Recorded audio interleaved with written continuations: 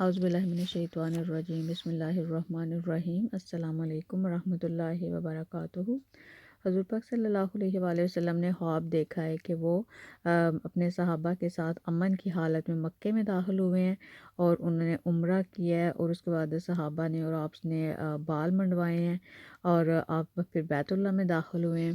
اور آپ نے جب سفر کا ارادہ کیا مکہ شریف کی طرف جانے کا، تو راستے میں ایک مقام پر جو ہے پانی ختم ہو گیا، اور صحابہ اکرام جو ہیں وہ حضور پاک صلی اللہ علیہ وآلہ وسلم کے پاس آئے، اور اس وقت جو ہے آپ کے سامنے پانی کا ایک برتن تھا، اور آپ صلی اللہ علیہ وآلہ وسلم اس پانی سے وضو کر رہے تھے۔ اور جب صحابہ کرام آپ کے پاس آئے ہیں تو آپ صلی اللہ علیہ وآلہ وسلم نے ان سے پوچھا کیا بات ہے۔ صحابہ نے بتایا کہ آپ کے پاس اس برتن میں جو پانی ہے، اس پانی کے علاوہ پورے لشکر میں کسی اور کے پاس پانی نہیں ہے۔ یہ سن کر آپ صلی اللہ علیہ وآلہ وسلم نے پانی کا جو برتن آپ کے سامنے تھا اس میں اپنا ہاتھ ڈالا ہے، اور جو ہی آپ نے اپنا ہاتھ اس میں ڈالا ہے تو اس میں سے پانی اس طرح نکلنے لگے آپ کی انگلیوں سے جس طرح چشمے پھوٹ پڑے ہیں۔ اور جو حضرت جابر رضی اللہ وہ کہتے ہیں کہ جو ہی پانی جو ہے وہ ہم نے دیکھا ہے کہ اتنا زیادہ پانی ہے تو ہم سب پانی پینے لگے، ہم نے پانی پیا بھی اور اس پانی سے وضو بھی کیا اور اپنے برتن بھی بھرے۔ وہ کہتے ہیں کہ اگر ہم اس وقت 1,00,000 بھی ہوتے تو بھی پانی ہمارے لیے کافی ہوتا، جبکہ اس وقت ہماری تعداد 1400 تھی۔ اب مسلمانوں کا جو قافلہ ہے وہ اسفان کے مقام پر پہنچا ہے، تو نبی اکرم صلی اللہ علیہ وآلہ وسلم کے پاس بشیر بن سفیان اتکی رضی اللہ عنہ آئے ہیں۔ آپ صلی اللہ علیہ وآلہ وسلم نے پہلے ہی انہیں جاسوس بنا کر مکہ کی طرف روانہ کر دیا تھا، کیونکہ آپ صلی اللہ علیہ وآلہ وسلم کی نیت اگرچہ صرف عمرے کی تھی لیکن قریش کے بارے میں اطلاعات رکھنا ضروری تھا، اور بشر رضی اللہ عنہ نے آ کر بتایا کہ اے اللہ کے رسول، قریش کو اطلاعات مل چکی ہیں، آپ مدینہ منورہ سے روانہ ہو چکے ہیں، دیہاتوں میں جو ان کے اطاعت گزار لوگ ہیں قریش نے ان سے بھی مدد طلب کی ہے، بنی ثقیف بھی ان کی مدد کرنے پر آمادہ ہیں اور ان کے ساتھ عورتیں اور بچے بھی ہیں۔ وہ لوگ مکے سے نکل کر ذی طویٰ کے مقام تک آ گئے ہیں، انہوں نے ایک دوسرے سے یہ عہد کیا ہے کہ آپ کو مکہ میں داخل نہیں ہونے دیں گے۔ دوسرا یہ کہ خالد بن ولید جو اس وقت تک مسلمان نہیں ہوئے تھے، گھوڑ سوار دستہ لے کر غمیم کے مقام تک آ گئے ہیں۔ ان کے دستے میں 200 سوار ہیں اور وہ آپ کے خلاف صف بندی کر چکے ہیں۔ یہ اطلاعات ملتے ہی حضور پاک صلی اللہ علیہ وآلہ وسلم نے حضرت عباد بن بشر رضی اللہ عنہ کو حکم دیا کہ وہ مسلمان گھڑ سواروں کے ساتھ آگے بڑھیں۔ یہ آگے بڑھے اور حضرت خالد بن ولید کے دستے کے سامنے پہنچ کے انہوں نے بھی صف بندی کر لی۔ نماز کا وقت ہوا تو حضور پاک صلی اللہ علیہ وآلہ وسلم نے نماز شروع کی۔ جب نماز سے فارغ ہوئے تو کچھ مشرکوں نے کہا کہ ہم نے ایک اچھا موقع گنوا دیا ہے، ہم اس وقت ان پر حملہ کر سکتے تھے جبکہ یہ نماز پڑھ رہے تھے، ہم اس وقت آسانی سے انہیں ختم کر سکتے تھے۔ ایک اور مشرک نے کہا کوئی بات نہیں، ایک اور نماز کا وقت آ رہا ہے اور نماز ان لوگوں کو اپنی جان سے بھی زیادہ عزیز ہے، یہ نماز پڑھے بغیر تو رہیں گے نہیں، سو اس وقت ہم ان پر حملہ کریں گے۔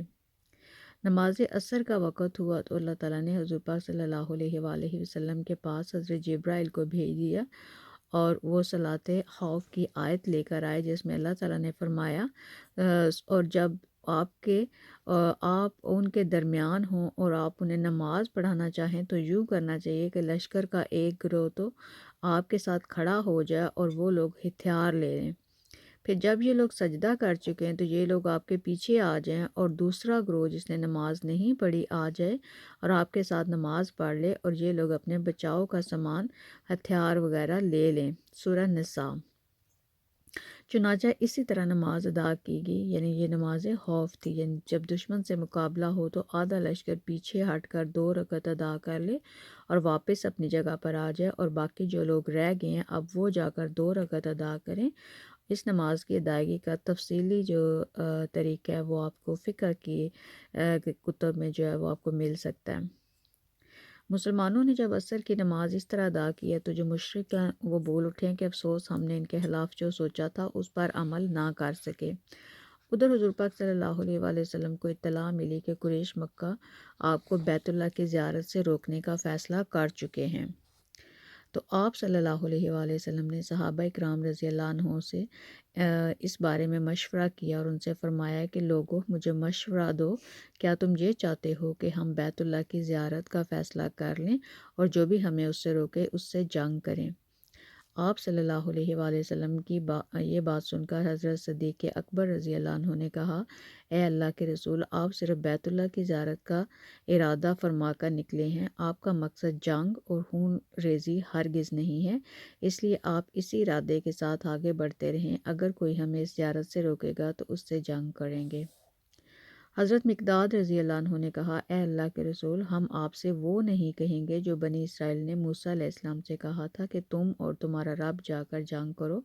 ہم تو یہاں بیٹھے ہیں، ہم تو آپ سے یہ کہتے ہیں کہ آپ اور آپ کا رب جنگ کریں گے، ہم بھی آپ کے ساتھ جنگ کریں گے، اور اے اللہ کے رسول، اللہ کی قسم، اگر آپ ہمیں لے کر برق غماد بھی جانا چاہیں تو ہم آپ کے ساتھ ہوں گے، ہم میں سے ایک شخص بھی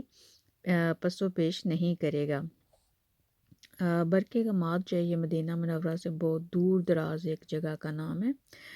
اور ان دونوں حضرات کی رائے سننے کے بعد حضور پاک صلی اللہ علیہ وآلہ وسلم نے فرمایا، بس تو پھر اللہ کا نام لے کر آگے بڑھو۔ چنانچہ مسلمان آگے روانہ ہوئے یہاں تک کہ حدیبیہ کے مقام پر پہنچے۔ اس جگہ پر جا کر حضور پاک صلی اللہ علیہ وآلہ وسلم کی اونٹنی خود بخود بیٹھ گئی۔ لوگوں نے اسے اٹھانا چاہا لیکن وہ نہ اٹھی۔ لوگوں نے کہا قصویٰ اڑ گئی ہے۔ حضور پاک صلی اللہ علیہ وآلہ وسلم نے یہ سن کر ارشاد فرمایا، یہ اڑی نہیں ہے اور نہ اڑنے والوں میں سے ہے، بلکہ اسے اس ذات نے روک لیا ہے جس نے ابرہہ کے لشکر کو مکہ میں داخل ہونے سے روک دیا تھا۔ مطلب یہ تھا کہ قصویٰ خود نہیں رکی، اللہ کے حکم سے رکی ہے۔ حضور پاک صلی اللہ علیہ وآلہ وسلم نے اس مقام پر قیام کا حکم فرمایا۔ اس پر صحابہ نے عرض کیا، اللہ کے رسول، یہاں پانی نہیں ہے۔ یہ سن کر حضور پاک صلی اللہ علیہ وآلہ وسلم نے اپنے ترکش سے ایک تیر نکالا اور جیہ بن جندب رضی اللہ کو دیا، جو آپ صلی اللہ علیہ وآلہ وسلم کی قربانی کیے جانوروں کے نگران تھے۔ حضور پاک صلی اللہ علیہ وآلہ وسلم نے حکم فرمایا کہ یہ تیر کسی گھڑے میں گاڑ دو۔ تیر ایک ایسے گھڑے میں گاڑ دیا گیا جس میں تھوڑا سا پانی موجود تھا، فوراً ہی اس میں سے میٹھے پانی کا چشمہ اگلنے لگا، یہاں تک کہ تمام لوگوں نے پانی پیا، جانوروں کو بھی پانی پلایا، پھر سب جانور اسی گھڑے کے گرد بیٹھ گئے۔ جب تک تیر اس گھڑے میں لگا رہا اس میں سے پانی نکلتا رہا، اور گھڑے سے پانی نکلنے کی خبریں قریش تک بھی پہنچ گئیں۔ ابو سفیان نے لوگوں سے کہا، ہم نے سنا ہے حدیبیہ کے مقام پر کوئی گھڑا ظاہر ہوا ہے، اس میں سے پانی کا چشمہ پھوٹ پڑا ہے، ذرا ہمیں بھی تو دکھاؤ، محمد نے یہ کیا کرشمہ کر دکھایا ہے۔ چنانچہ انہوں نے وہاں جا کر اس گھڑے کو دیکھا، گھڑے میں لگے تیر کی جڑ سے پانی نکل رہا تھا۔ یہ دیکھ کر ابو سفیان اور اس کے ساتھی کہنے لگے، یہ اس جیسا واقعہ تو ہم نے کہیں نہیں دیکھا، یہ محمد صلی اللہ علیہ وآلہ وسلم کا چھوٹا سا ایک جادو ہے۔ حدیبیہ پہنچ کر حضور پاک صلی اللہ علیہ وآلہ وسلم نے اب قاصد جو ہے اس کو مکہ کی طرف بھیجنے کا ارادہ کیا تاکہ بات چیت ہو سکے اور کفار پر واضح ہو جائے کہ مسلمان لڑائی کے ارادے سے نہیں آئے بلکہ صرف عمرہ کرنے کی نیت سے آئے ہیں۔